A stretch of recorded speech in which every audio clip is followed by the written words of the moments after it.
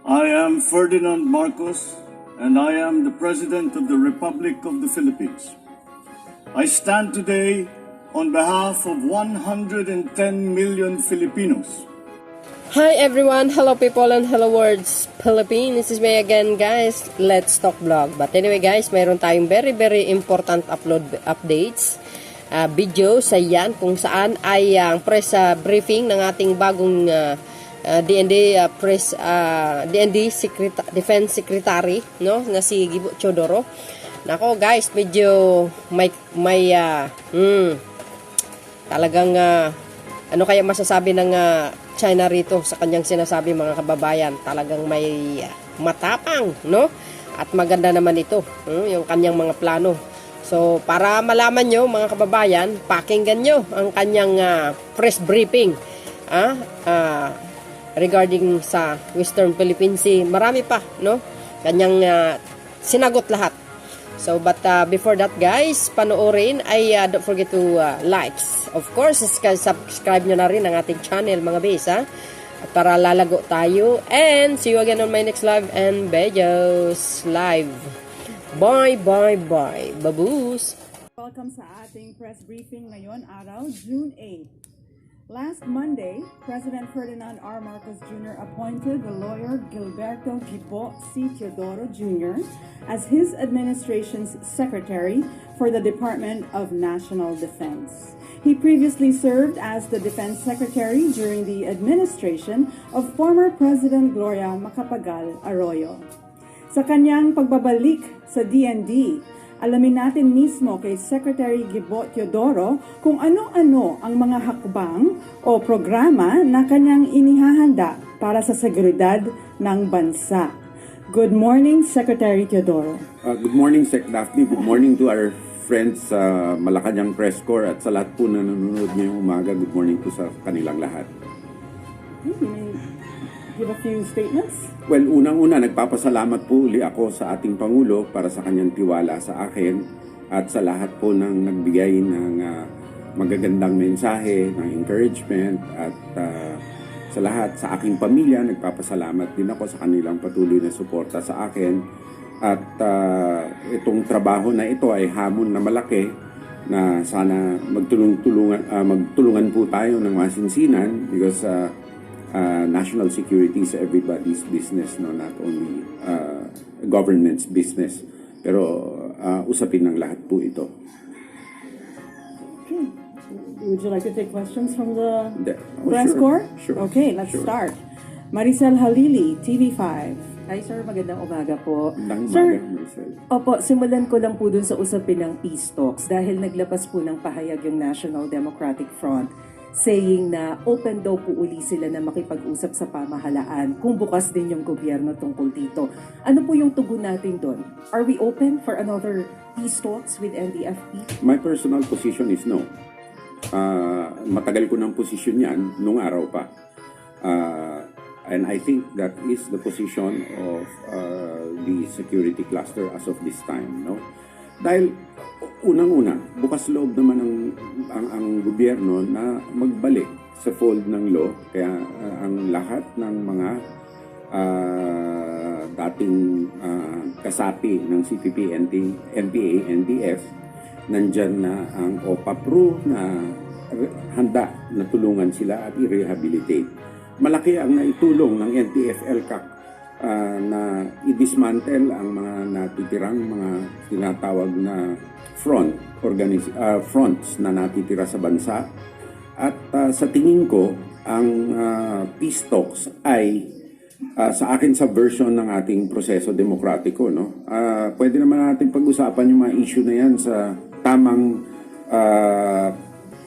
forum. Yan ay ang Kongreso at magsumanib sila sa legitimate political process. Hindi naman bawal ang CPP eh. Republic Act 1700 has been repealed long ago. Pero yung indirect at direct support sa armadong pakikibaka, yan ang problema. So to me, there's no such thing as, it's an oxymoron, ano, yung legal front. Walang legal na front. Ang front ay illegal. No? So if that's the case, sir, how do we intend to deal with the CPP MPA? I mean, ideologically, to me, it's a farce. So what we intend to do is to convince those that are still continuing whatever business they're continuing, which is against the law, to come back and join the fold of law and join hands for national development. No? And as a political party, they can register as a legitimate political party just as long as there is evidence that there is a total disavowal of resort to subversive means in order to gain political power.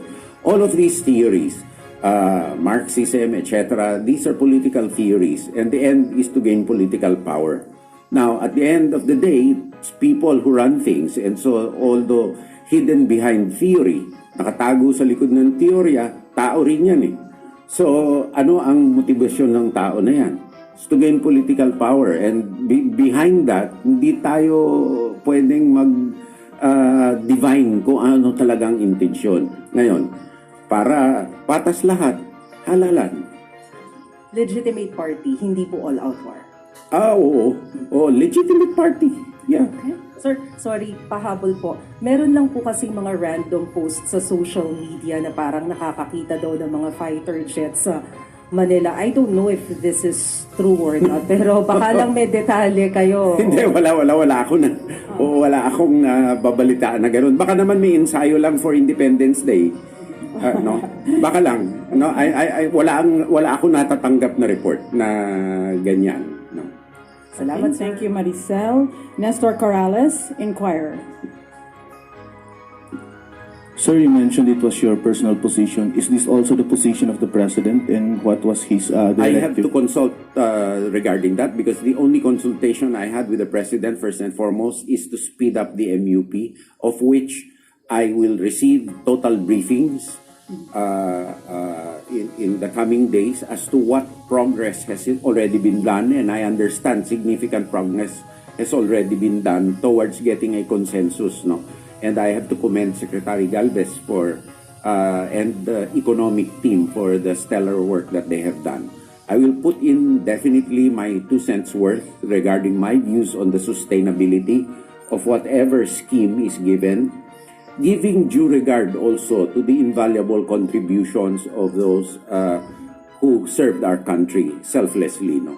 However, we must also look at the big picture, that the financial sustainability of any government-funded enterprise must not result to the detriment of the financial position of government. So we have to find a healthy balance.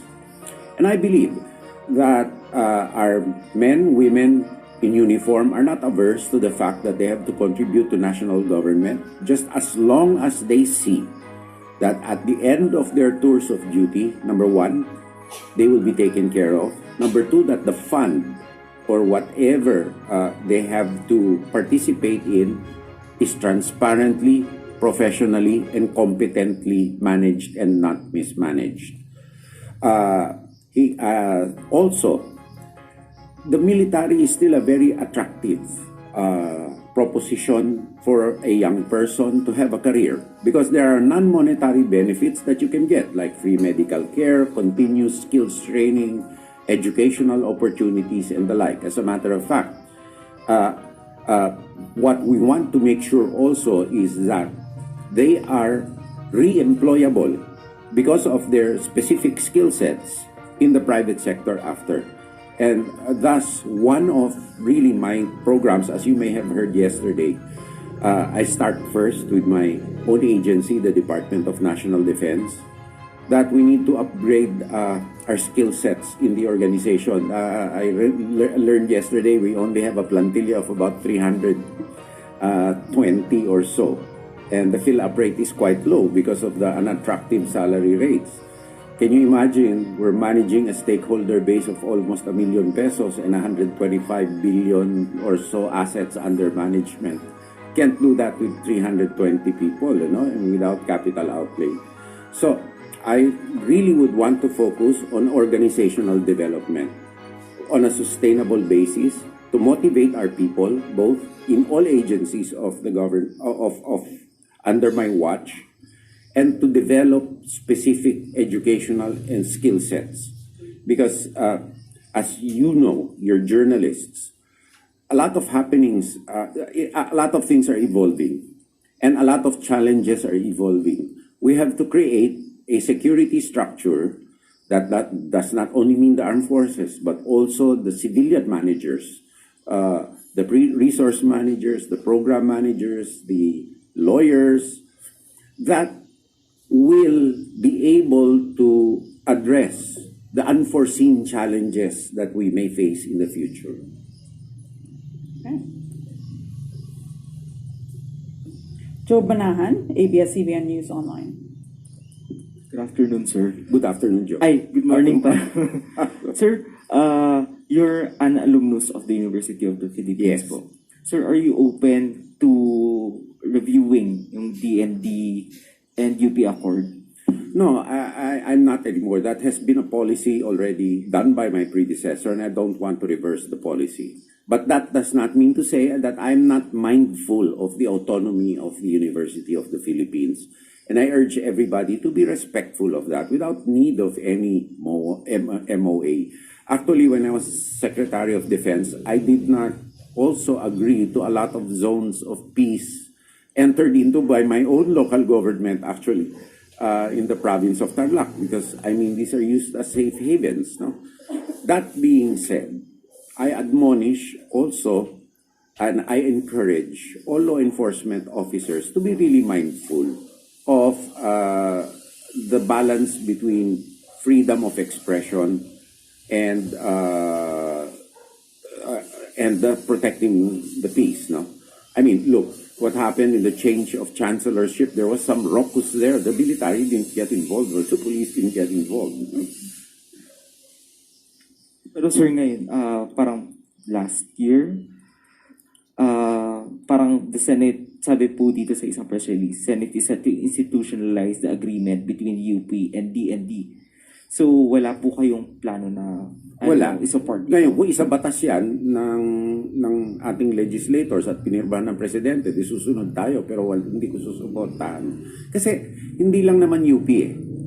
Bakit bukod tangi ang ating universidad?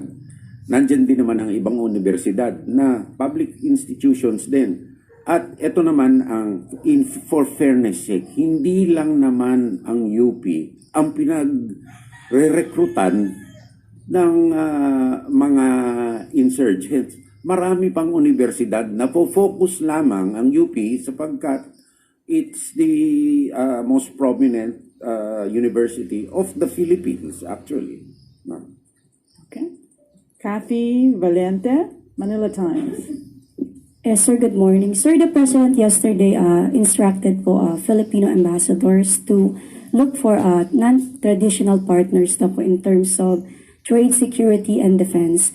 Ano-ano pa pong mga bansang ating tinitignan para mas mapalakas pa po ang ating defense capabilities?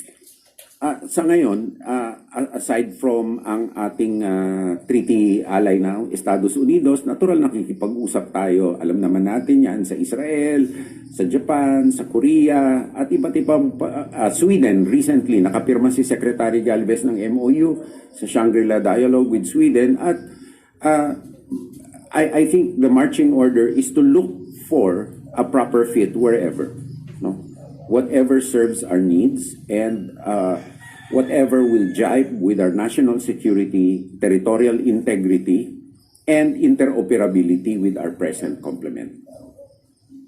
Okay. Ivan Myrina, GMA 7. Secretary, in a previous interview this morning, you said that we should de-escalate tension in the West Philippine Sea, not just with China, but with all other claimant states. How do you see this happening, sir, and how exactly do you intend to do that? Hindi de-escalation, actually. I meant deconfliction. Kasi ang de-escalation, wala sa atin yun. Hindi naman tayo aggressor. Bawal tayong maging aggressor under the Constitution. Yung deconfliction, as much as possible, yan ay balanse ng pagtatayo sa lahat ng gustong umabuso sa ating territorial integrity coupled with deconfliction. Kung pwedeng mag-usap, mag-usap. Pero merong hindi pwedeng i-cross ang Secretary of National Defense. Hindi natin pwedeng i-bargain away ang ating teritoryo sa kahit anuman usapin. At sa usapin na yan, nasabi ko rin, Ivan, mga kababayan, na ang pagtatatag ng ating credible deterrence, ang pagtatatag ng ating kakayahan na ipagtanggol ang ating sarili ay sarili nating usapin. Kung sino man ang i-partner natin, wala nang pakialam yung ibang mga tao dyan. Dahil ito ay paulit-ulit na sinasabi ng ating Pangulo ay for purely defensive purposes at deterrent purposes. Walang malakas na bansa sa mundo na hindi malakas ang kanyang sandatahang lakas at civil defense din, kakayahan na ipagtanggol ang kanyang sarili. Kaya kung tayo ay sasabihan na kaya tayo ay nagpapatatag ng national defense dahil polisiya ito ng ibang bansa, bigyan naman tayo ng karampatang respeto na kaya natin mag-isip para sa ating sarili. Okay. Go ahead. Secretary, Alexis Romero of the Philippines.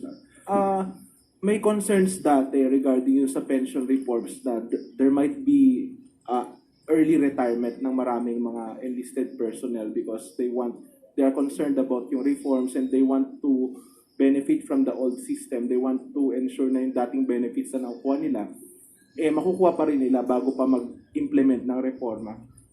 Are you confident that you will be able to avert yung ganong concern na maraming magre-retire over the proposed pension reforms? Sa tingin ko, kasi I mean it's a matter of getting an amount now without the continuing non-monetary benefits that you will enjoy in your career path, in your career pattern. Kung mag-i-invest nga tayo sa skills upgrading, sa healthcare, hindi lamang ng ating mga kasunduluhan, kundi pamilya, and other non-monetary opportunities, palagi ko may iwan sila. May iwan sila. At lalo na kung makikita nila na ang sakripisyo natin lahat ay magiging sa kabutihan ng lahat. Kasi, okay, wag natin sulbahin ang problema. Alright? Anong mangyayari? Magkakaroon tayo ng mas malaking deficit, magkakaroon ng inflation, bababa ang valor ng ating pera, tataas ang bilihin. So, tama rin lahat no? So, I think it's a matter of explaining the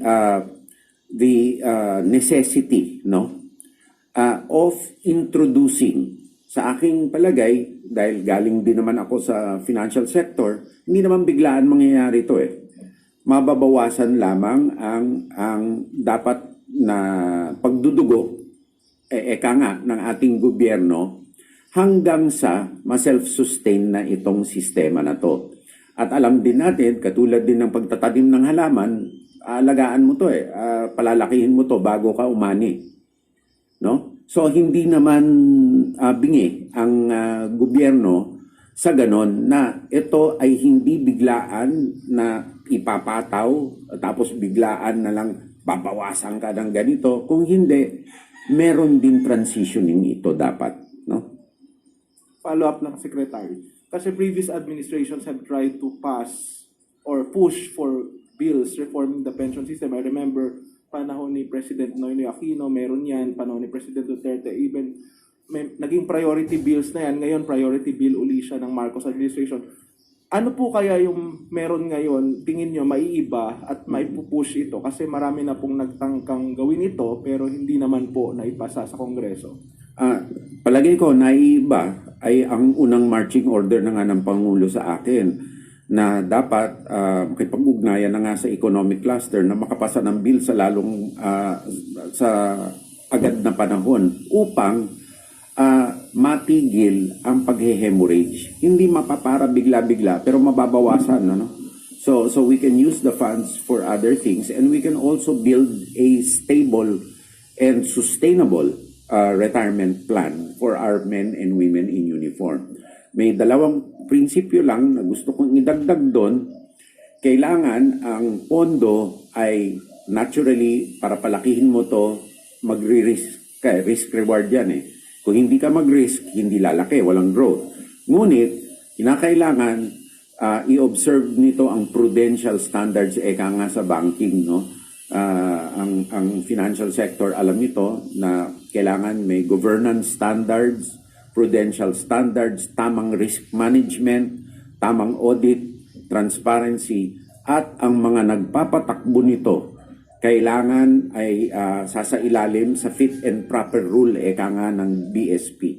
Kailangan may requisite experience and responsibility ito.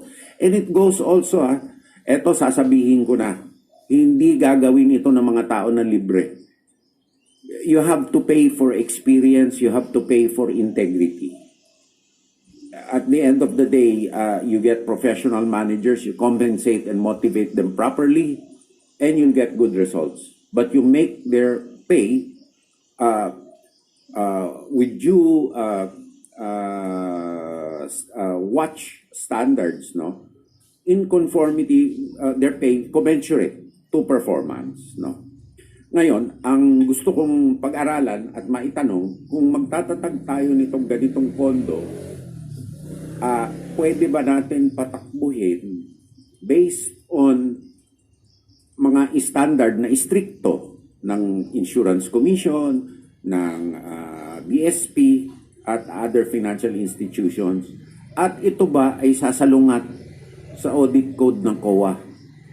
Kasi sa pag-experience ko, kung susunod tayo sa COA, makaluma yung audit code, maraming ipagbabawal at baka may mangyari. Kaya ito ay dapat i-deconflict, eka nga. No? Okay. Mervin Vince Lopez, Manila Standard. Sir, ibalik ko lang dun sa South China Sea. May mga reports po na recently may mga foreign ships na namamataan sa may Pag-asa Islands. Are you willing, sir, to position more gray ships in our West Philippine Sea boundary, sir? Or I can't give you an answer now kasi whole of government approach nga yan. I'll have to consult with the National Security Advisor, with the Department of Foreign Affairs, and we have to come out with a concerted plan of action with this. Hindi ko masasagot sa sarili kong opinion to kasi napaka-importanting bagay na national security. Okay, we have time for a few more questions. Si Nestor. Mela Las Moras, PTV4. Hi, Secretary Gibo. I'm Mela from PTV4. Sir, speaking of priorities lang na nababanggit niyo po kanina, kailan po ba yung target niyo or schedule ng susunod na pulong kay Pangulong Marcos? At mula sa mga unang araw niyo sa serbisyo, ano po yung mga naobserbahan niyo na gusto niyo ding isulong pag nagkita kayo ni President Marcos para maging prioridad din ng DND? Ang prioridad ko talaga i-reform yung DND proper nga. Tulad ng nasabi ko, no? Na kailangan ito'y makabagong organisasyon na kasi sa bigat ng kanyang responsibilidad. Gumawa nga tayo ng Department of Migrant Workers, nireforma ang BSP. It's high time na yung Department of National Defense as the civilian agency which resource manages and provides services to its 5 agencies be reformed already. Kasi ito'y nalilibing sa ilalim ng mga modernization bills, amendment to the National Defense Act. Itong unang-unang importante na gawin kasi you cannot manage properly. Hindi tayo makakaplano, hindi tayo makakagawa ng magagandang assessments pag hindi tayo makakuha ng tamang tao. So, ang susunod na pagpulong namin kay Pangulo, pasalamat ako, he's allowing me time to settle in. Pero may deadline ako sa MUP niya, kaya mamadaliin ko na. Na with due regard naman, hindi naman ako magmamadali just for the sake of magmamadali. Mabuti ang sigurado at dekalidad na trabaho. Okay. Nestor, I think Morales. Sir, Philippine Coast Guard's question over the weekend during a security dialogue in Singapore. Talking about peace and security in the South China Sea, its actions show confrontation. As the new Defense Secretary, what is your message to Beijing with their actions, knowing that in the past we have been filing diplomatic protests, but apparently it had fell to deaf ears, or China has not been responding to the call for peace and stability in the region? As a stronger country, it has the bigger obligation to be magnanimous and show trust, and to earn the trust of the Filipino people by conforming its activities to recognized norms of international law, which in our case is UNCLOS. We're talking about the arbitral award. It has already been stated by our two past presidents that our rights and our territory are defined by UNCLOS, and it has been stated too that this cannot be frittered away or bargained away by passages of administration or passage of time. Now, what I'd like to point out is, I wrote an article before it's published, so I can't take back what I said. It is not only important to take into consideration what the specifics of the arbitral tribunal said, but the process by which it was done. It was done by an independent arbitral tribunal of experts in international law, where had China participated, would have had a chance to demonstrate its legal position in a fair and impartial proceeding. So in the same vein, we have to follow transparent procedures, and that is the best way to build trust. That being said, relations between two countries are not monodimensional. There are other relationships that we need to build up. China is a big market for this country. We realize that. And I think the United States realizes it too. No? We live in a more conflicted world where we hope that even in the Ukraine-Russia problem, our supply chains are affected, no? Being a net importer country. No? So we really hope that the benefit of everybody as world citizens will outweigh other interests. Okay. Celine Dorado, Net 25. Sir, question lang po on other issues. Dati po kayo naging chairman ng National Disaster Coordinating Council and RMC. Ano naman po yung magiging papel ninyo as new DND Secretary sa pagtugon po ng gobyerno sa El Niño phenomenon at sa inaasahang matindi po ng epekto nito sa bansa? I think I will just continue the work done. There's still a task force on the El Niño, which is headed still by Secretary Galvez, as far as I know. No? And I will just continue to support the work done and to support him if he continues on that task force. No? And yung NDRRMC, I want to study also kasi malaki ang pagbabago ng NBCC nung araw sa NDRRMC.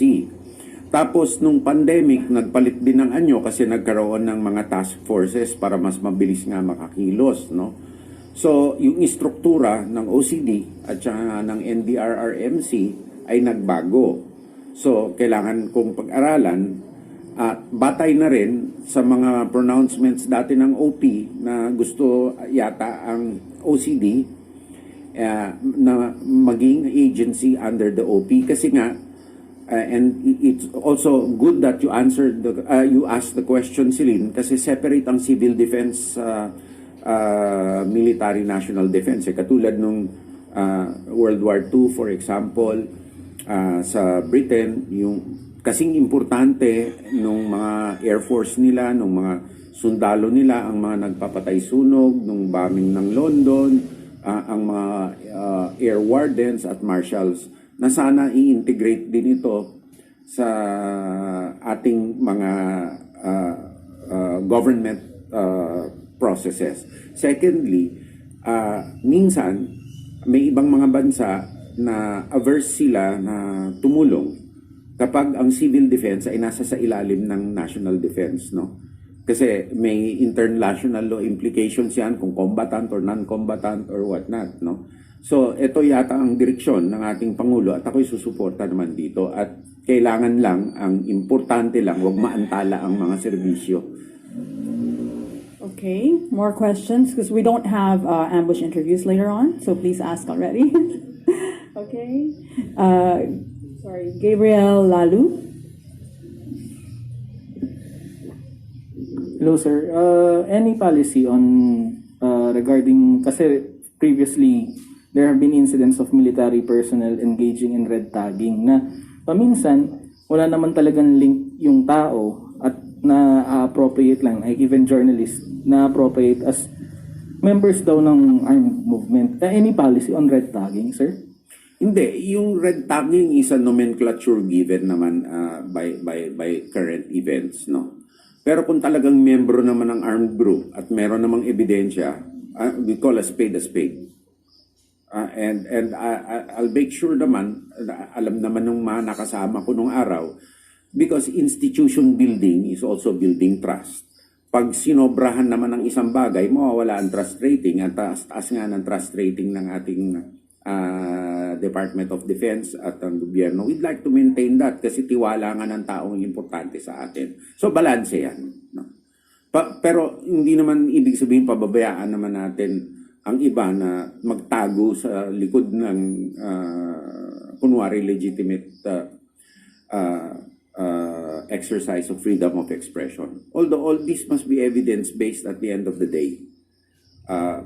Not only in the AFP, but I think even Secretary Abalos in the DILG is hard at work for making police work as a matter of prevention and as a matter of example, also a matter of the judicial process working. Okay, we have Vance Fernandez of Police Files. Yes, sir. Good afternoon, sir. I know that you have some commitment in your plans. How about the AFP modernization in order to defend our country's sovereignty? Hindi, tuloy-tuloy po yun. Hindi ko babaguhin yun hanggat hindi may matinding pangangailangan at rekomendado din ng ating armed forces. No? Nakakasana ang mga horizons ng modernization nila. Nakaplano ito. Mahirap bago-baguhin. Yan ang dapat maintindihan ng mga tao. No? Ako ay magfa-facilitate kung anuman ang kailangan ng ating 5 agencies at ako ay makikiusap sa ating mga partner legislators na sana mapondohan ito. Yan ang trabaho ko. At ako ay aasa kung sa ano ang tunay na kinakailangan nila. Ano ngayon ang trabaho ko? Ang trabaho po natin ay makuha sa lalong madaling panahon itong kinakailangan nila at siguraduhin ito ay pinakamabuting kalidad sa pinakamabuting halaga at nandun ang resources hindi lamang sa pagbibili nito kung hindi sa tamang paggamit nito sa buong buhay nito ang tinatawag na life cycle.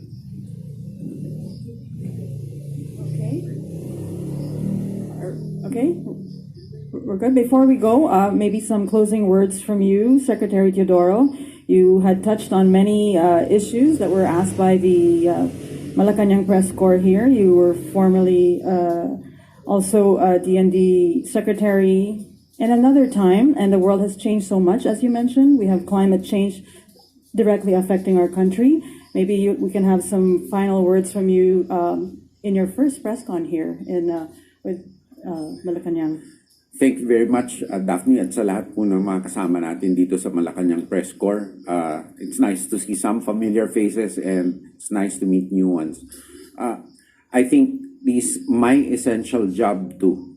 Ang pinaka-importanting trabaho ko ay i-articulate at i-communicate ang essentials ng national defense sa lingwahe na klaro na maintindihan ng ating mga kababayan. Kasi kailangan po ang isang bansa na mag-uugnayan sa ilalim ng isang mensahe. So nagpapasalamat po ako sa inyong lahat sa pagkakataon na maipahayag ang aking mga isipin tungkol sa mga katanungan po ninyo at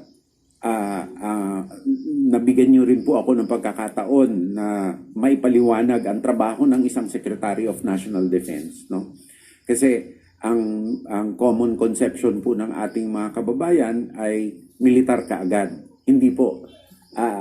Presidente, Chief of Staff. Ang Secretary of National Defense ay advisor ng Presidente, alter ego ng Presidente, at service provider po sa 5 ahensya. Kaya dyan po tayo tututok. Maraming salamat po, Secretary Theodoro, and thank you, Malacanang Press Corp. Good afternoon. Thank you.